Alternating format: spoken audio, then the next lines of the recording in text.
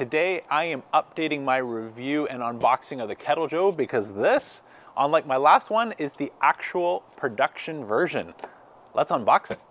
Hey, I'm James from Smoking Dad Barbecue, and today we are unboxing the production version of Kamado Joe's brand new entry into the kettle space, the Kettle Joe. Now, if you've been following my channel for a while, you may be thinking, James, am I having a deja vu moment? Around March of this year, didn't I already watch you unbox the Kettle Joe? And you are not wrong. Now, because I was able to do that so early, I was able to get access to a pre-production unit so that I could share the unboxing and do some preliminary cooks and share that experience with you.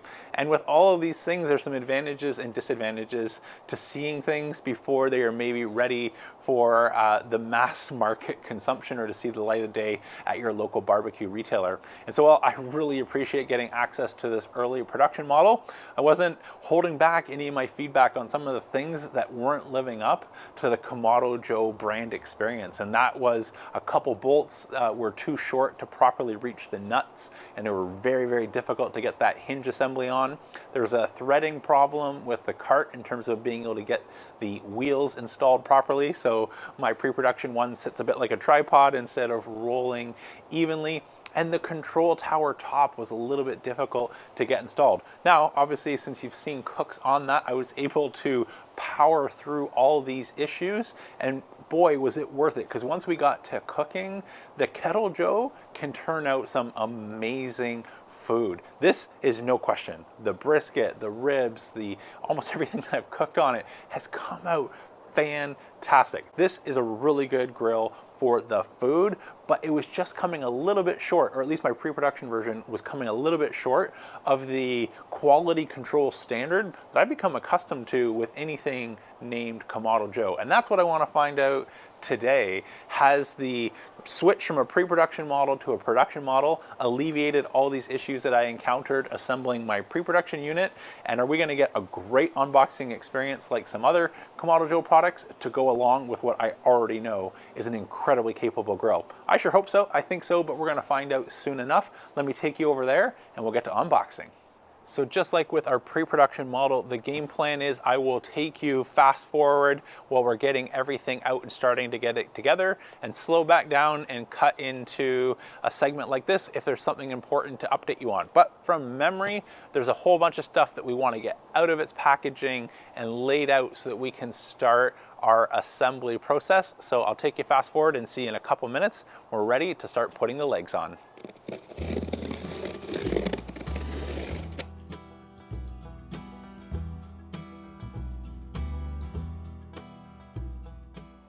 All right, so in elapsed time, that is about 2 minutes to get everything out of the box and laid out ready for assembly like you see in front of me here. Now, I can't just tell if it's 7 months and my memory's slipping or if it's playing tricks on me, but I think I see a couple of differences already for the good. And so the first is in packaging. My pre-production model didn't have as much supporting material around it, and I noticed that there was a few chips in the paint and some things had moved around. The box looked a little bit worse for wear. All of those issues seem to have been addressed. This was incredibly snug and sort of the hallmark that I've become accustomed to is one of the packaging innovations that Kamado Joe has come up with. It's just amazing how little steps are actually required. This looks like a lot, but it's not a lot if you've put together some other types of grills in the past, and how well they fit into a very small package. And this seems to have helped make sure that everything is intact the way that we want it, as well as making sure that none of those parts are able to move around and cause some damage.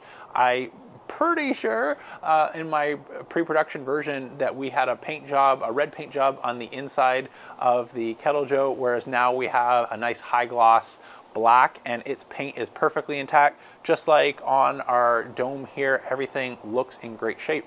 So far, again, really impressed with the packaging, and it does look like some of the issues I had with the pre-production model and stuff sliding around in the box have been addressed. So that is a big thumbs up. And one thing that doesn't look like it's changed that I was maybe hoping to see a change on is on the ash drawer. Now, I should caveat this is still to this day working just fine. and so maybe there's no change needed, but I have noticed the alloy on the ash drawer is a much lighter construction. I don't know if that'll come through on camera, but with just a light squeeze of the fingers, I'm able to bend this. And after some really high heat cooks, or if you're jamming this in and there's some charcoal that's fallen down, it's maybe bent the few corners a little bit. Now you can bend them right back, since again, it's not hard to do that. But I was hoping to see something a little bit more rigid, like the ash drawer I've just pulled out of the Kamado Joe Big Joe behind me, where if I squeeze that sort of with a full grip, it's barely moving. So this is a much heavier gauge alloy on the Classic and on the Big Joe that I was hoping maybe would show up here on the Kettle Joe. But again, coming back to that caveat, it's working fine. And maybe again, there's just limitations with space in terms of how you can get in the bottom of the kettle versus the Kamado. And so I'm not too worried about that, but I'm really curious to see if some of these other differences, especially when we get into the fit and finish of the hardware, assembling our dome to our base. So that's what's next. Let's flip our base over and start to assemble our legs, and we'll go back to fast forward when we're on to our next step.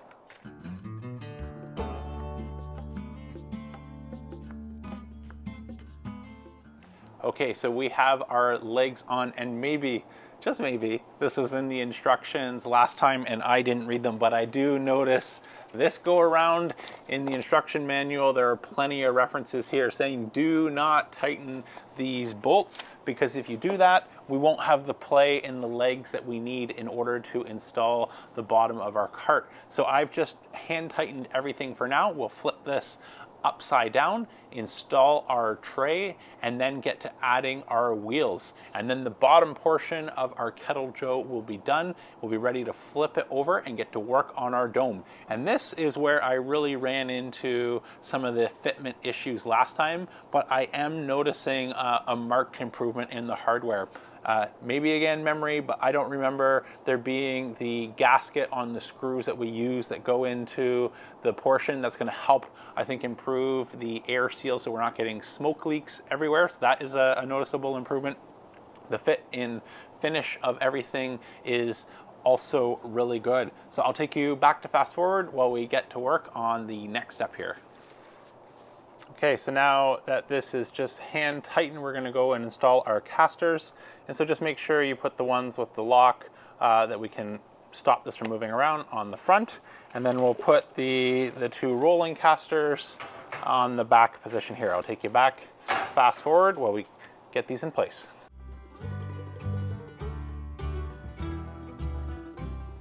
Okay, let's tighten everything up.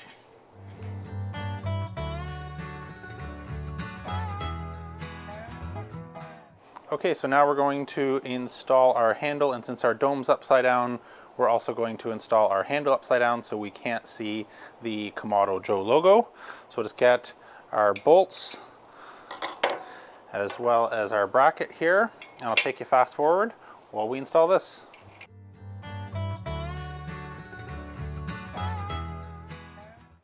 Okay, so now we're going to install the adjustable dome hinge and attach our dome to do that. So we're just going to put the back plate on and then connect this. Now this is the part that started to trip me up on the pre-production model, as the screws that were included when we would go through the hardware here, this wasn't long enough to reach on the other side. So moment of truth, let's find out if this is much easier to do or not. Much better. All right, so now we're going to flip over our dome and start to attach it to the lower portion of our Kettle Joe. Take you fast forward while we get this installed.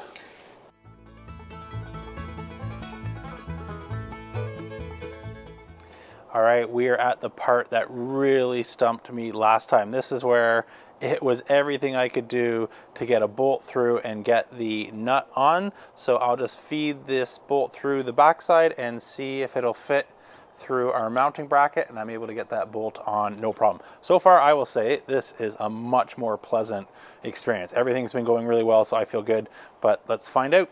Slide this through. Already can tell it's better. Couldn't do that. No drama. This is easy peasy. Kind of disappointed. That was way too easy. I was expecting a challenge.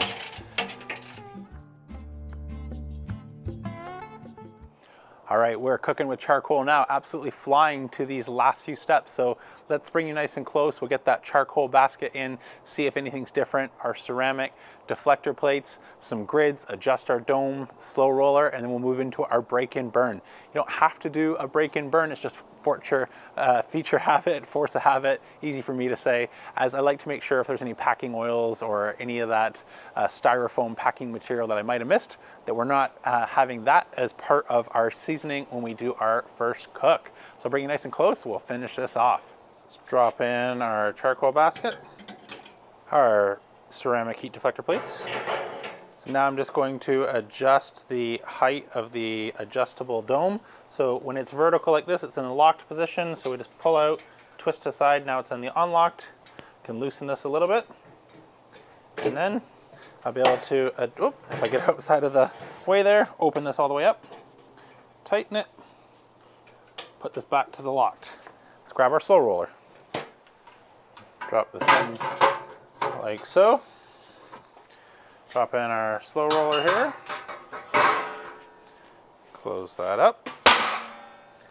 Looks good. Don't need to adjust anything. Let's install our control tower top. This is another one of those areas that on the production or the pre-production model, these tabs didn't quite line up with these grooves. So let's see how we fare here. Oh, well, that was easy. No problem whatsoever. Let's get our side shelves. All right, and so just over an hour's time, we've got our Kettle Joe all together, and this is light work compared to what I remember. And so while I was super happy to be part of the pre-production testing team and get my hands on this really, really early, I'm also really glad that what I experienced is not anything like what you're going to experience if you walk out to your retailer and pick one up, because this goes together like a breeze compared to the assembly experience that I had on that pre-production model. Whether it's the preloaded screws that have some spring to them, or the length of the bolts and the nuts, everything just went together so much easier than that pre-production model, and it's alleviated a lot of the concerns that I had recommending it. I already know it turns out great food, and if you're just in it for the food, even the pre-production model is a recommended grill because it turns out some stunning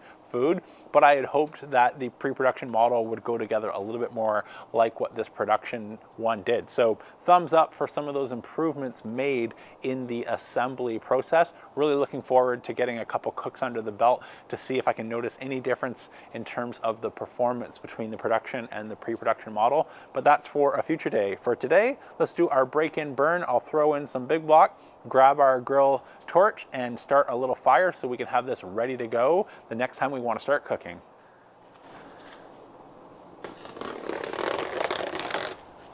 Woohoo, perfect.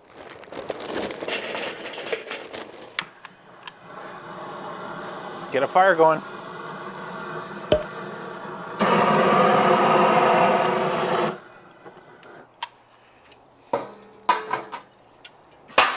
And just like that, we're at the end of another one. So the game plan here is to let this run around 300 to 350 degrees Fahrenheit for about 45 to 60 minutes.